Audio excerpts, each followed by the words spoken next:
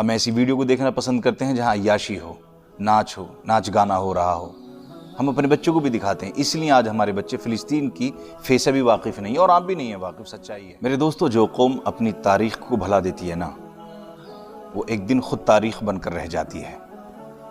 مثال کے طور پر آپ اسپین کو پڑھ لیجئے، کیوں آخرکار دنیا کے سارے مسلمان فلسطین کے لیے اپنی جان دینے کے لیے تیار ہیں، اپنی جان قربان کرنے کے لیے تیار ہیں؟ یہ تو ہم سب جانتے ہیں کہ وہاں پر بیت المقدس ہے،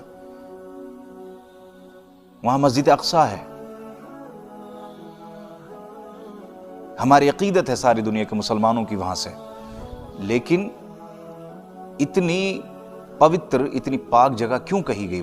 وہ میں بتانا اس کو بتانا میرا مقصد ہے۔ اس کو ذرا دھیان سے سنیے۔ حضرت ابراہیم علیہ السلام کی جائے ہجرت ہے فلسطین۔ حضرت سلیمان علیہ السلام کے دور کا دارالحکومت بھی یہی تھا، فلسطین، اور یہیں سے آپ نے پوری دنیا پر حکومت کی تھی، حضرت سلیمان علیہ السلام۔ سنتے رہیے گا، بڑی تاریخی بات نکال کر لایا ہوں میں آپ کے لیے خاطر۔ فلسطین انبیاء اکرام علیہ السلام کی جائے سکونت رہا ہے۔ فلسطین، حضرت موسیٰ علیہ السلام نے اسی جگہ کو مقدس سرزمین کہا تھا، حضرت موسیٰ علیہ السلام نے، اور اپنی قوم سے مطالبہ کیا تھا کہ وہ اس مقدس سرزمین میں داخل ہو جائیں، اس مقدس سرزمین میں داخل ہو جائیں، اور اسے مقدس اس لیے بھی کہا تھا کہ وہ شرک سے پاک تھی۔ کون سی جگہ؟ فلسطین۔ حضرت سلیمان علیہ السلام کا چونٹیوں سے گفتگو فرمانا، جس کا ذکر قرآن مقدس کے 19ویں پارے میں سورہ نمل میں ذکر ہوا ہے، تو حضرت سلیمان علیہ السلام کا چونٹیوں سے گفتگو کا قصہ فلسطین میں ہی واقع ہوا، وادی نمل میں پیش آیا، جو عسقلان کے قریب واقع ہے، فلسطین۔ حضرت داؤد علیہ السلام کی عبادت گاہ یہی تھی۔ اسلام میں 1,24,000 کم و بیش انبیاء اکرام کا یا 2,24,000 انبیاء اکرام کا ذکر آیا ہے، لیکن قرآن میں 26-25 نبیوں کا ذکر آیا ہے۔ لیکن اللہ کے رسول نے فرمایا، اس لیے حق ہے، ہمارا ایمان ہے۔ لیکن دیکھیے کتنا پرانا تعلق ہے فلسطین سے مسلمانوں کو۔ جیسے میں بتا رہا ہوں، تاریخ بتا رہا ہوں آپ کو، حضرت داؤد علیہ السلام کی عبادت گاہ یہی تھی، حضرت زکریا علیہ السلام کی عبادت گاہ یہی تھی۔ قرآن کریم میں طالوت و جالوت کا واقعہ مذکور ہے، جو کہ فلسطین میں ہی پیش آیا تھا، فلسطین۔ حضرت عیسیٰ علیہ السلام کی والدہ حضرت مریم علیہ السلام کی جائے پیدائش بھی یہی تھی، کہاں؟ فلسطین۔ کیوں مسلمان کی دل کی دھڑکن ہے فلسطین؟ جباڑوں میں سے نکال لیں گے ہم انشاءاللہ اسے۔ وقت ہمیشہ امتحان لیتا ہے، اور بنا قربانی کے کچھ حاصل نہیں ہوتا ہے۔ کربلا کی مثال اس سے بہتر ہو ہی نہیں سکتی، قربانی دے کر ہی اسلام بچا۔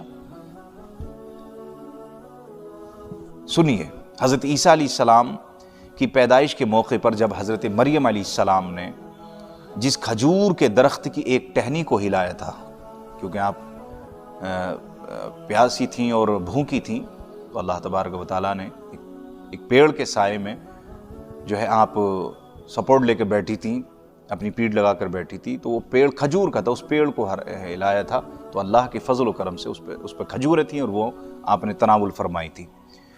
وہ کہاں تھا وہ پیڑ؟ اسی فلسطین میں تھا۔ یہی وہ فلسطین، یہی وہ مقام ہے۔ نماز کے فرض ہونے کے بعد ابتدا میں قبلہ بیت المقدس کی طرف تھا، یہ جس کو آج بیت المقدس کہا گیا۔ جب حضور اکرم صلی اللہ علیہ وسلم نے مدینہ طیبہ ہجرت فرمائی، تو حضرت جبریل علیہ السلام تشریف لائے اور حکم دیا کہ اب بیت المقدس کے بجائے بیت اللہ کی طرف آپ کا قبلہ ہے، یعنی کہ اول قبلہ بھی کہا گیا ہے اس کو۔ کس کو؟ بیت المقدس کو۔ کہاں ہے؟ فلسطین۔ یہی انبیاء اکرام علیہ السلام کو نماز پڑھائی، تمام انبیاء کی جو امامت آقا کریم صلی اللہ علیہ وسلم نے کی تھی، وہ مقام کہاں ہے؟ فلسطین، جس کو آج کا بیت المقدس بھی کہا جاتا ہے، قبلہ اول بھی کہا جاتا ہے۔ ایک اسد اقبال شاعر ہیں، مشہور ہیں، سب جانتے ہیں ان کو۔ ان کا ایک شعر ہے، نہیں معاف کیجئے، عبد الوکیل ایک شاعر گزرے ہیں، ان کا یہ شعر ہے: سدرا میں سواری جب پہنچی، نبیوں کی جماعت حاضر تھی، کرنے کو ادا رب کا سجدہ، صف بستہ جماعت کھڑی ہوئی ہے، شرف امامت کسے ملا، جبریل امی سے پوچھو۔ تو یہ تمام انبیاء اکرام کی جو امامت فرمائی تھی حضور نے، وہ بیت المقدس میں ہی فرمائی تھی۔ کہاں ہے وہ جگہ؟ فلسطین۔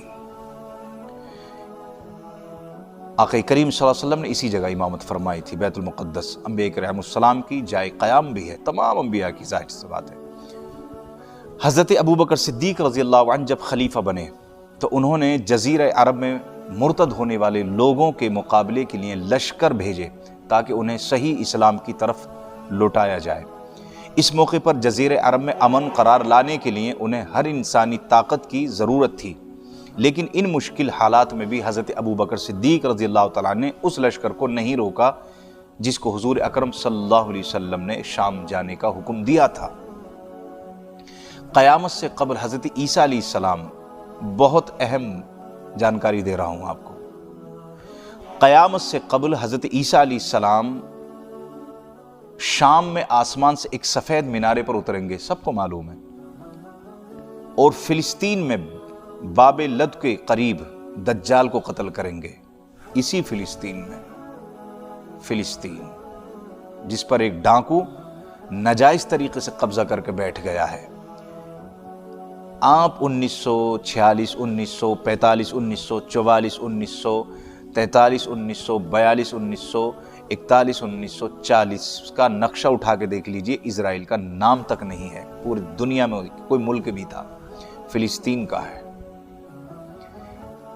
یہ بھوکے ننگے بھوک مرے آئے تھے، روتے ہوئے گڑ گڑاتے ہوئے، ان کو امریکہ نے نہیں لیا، ان کو جارڈن، ان کو جو ہے روس نے نہیں لیا، ان کو جتنی بھی عیسائی کنٹریز تھی انہوں نے سب نے دھتکار کر بھگا دیے تھے یہودیوں کو، ہٹلر نے جب ان پر مار پھیری تھی۔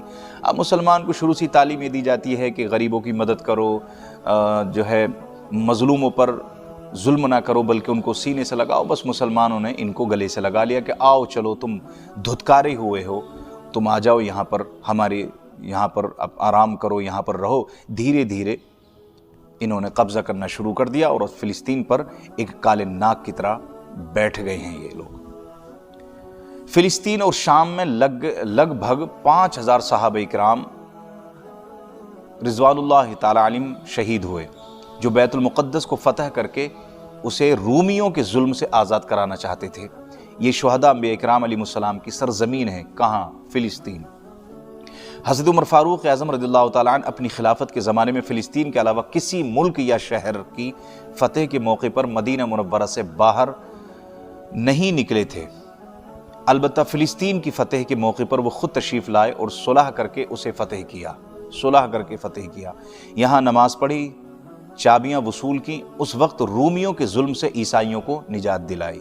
عیسائیوں کو بھی نجات مسلمانوں نے دلائی۔ اے مسلمانوں، اپنی تاریخ کو تم بھلا بیٹھے ہو، اس لیے قرآن میں تمہیں تو بلند کہا گیا نا، کنتم خیر امت، بہترین امت کہا گیا نا تمہیں، تو تمہارا مرتبہ سب سے اوپر رکھا ہے اللہ نے، سب تمہارے نیچے تھے، لیکن تم نے یہودیوں کو ان کے طور طریقوں کو اپنانا شروع کر دیا تو نتیجہ آپ کے سامنے ہے۔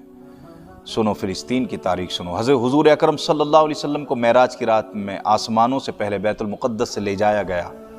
بیت المقدس آپ کی پہلی منزل بنا۔ مکہ مکرمہ سے روانہ ہونے کے بعد آپ بیت المقدس یعنی کہ فلسطین ہی میں ٹھہرے تھے۔ بیت المقدس کا یہ نام قرآن کریم کے نازل ہونے سے پہلے کا ہے، بیت المقدس۔ جب قرآن نازل ہوا تو اسے مسجد اقصیٰ کا نام دیا اور اس کی امتیازی پاکیزگی کی وجہ سے اسے بیت یعنی کہ مقدس کہا گیا۔ دوسری بار سن 583 ہجری میں سلطان صلاح الدین ایوبی رحمۃ اللہ تعالی علیہ نے اسے فتح کیا، جو کہ یہ جمعے کا دن تھا۔ آخری بات کہہ کر آپ سے رخصت ہوں گا۔ حضرت ابو ذر رضی اللہ تعالی عنہ نے رسول اکرم صلی اللہ علیہ وسلم سے پوچھا سب سے پہلے کس مسجد کی بنیاد رکھی گئی تھی؟ تاریخی بات ہے، اس کو لے لیجئے اور اس ویڈیو کو پورا سنیے اور شیئر کیجیے، جو کہ ہمارے مسلمان بھائی فلسطین کی تاریخ کو پڑھیں، بیت المقدس کی تاریخ کو سنیں۔ تو حضرت ابو ذر نے پوچھا تھا یا رسول اللہ سب سے پہلے کس مسجد کی بنیاد رکھی گئی تھی؟ تو آپ صلی اللہ علیہ وسلم نے فرمایا مسجد حرام یعنی کہ مکہ کی۔ پھر پوچھا اس کے بعد کون سی مسجد بنی؟ آپ صلی اللہ علیہ وسلم نے فرمایا اقصیٰ۔ پوچھا دونوں کی تعمیر کے درمیان کتنا فاصلہ ہے، کتنا عرصہ گزرا ہے؟ آپ نے فرمایا 40 سال۔ یہ چند تاریخ میں نے فلسطین کے آپ کے سامنے رکھی ہے، جو وہاں کا مسلمان آج اپنی ہی سرزمین کو حاصل کرنے کے لیے اس پر ظلم ڈھایا جا رہا ہے، وہاں کے بچوں کو نشانہ بنایا جا رہا ہے، وہاں کی خواتین کو نشانہ بنایا جا رہا ہے۔ اور ہنود خوش ہے۔ ہنود تو تمہارا بھلا کہیں سے چاہتا ہی نہیں ہے۔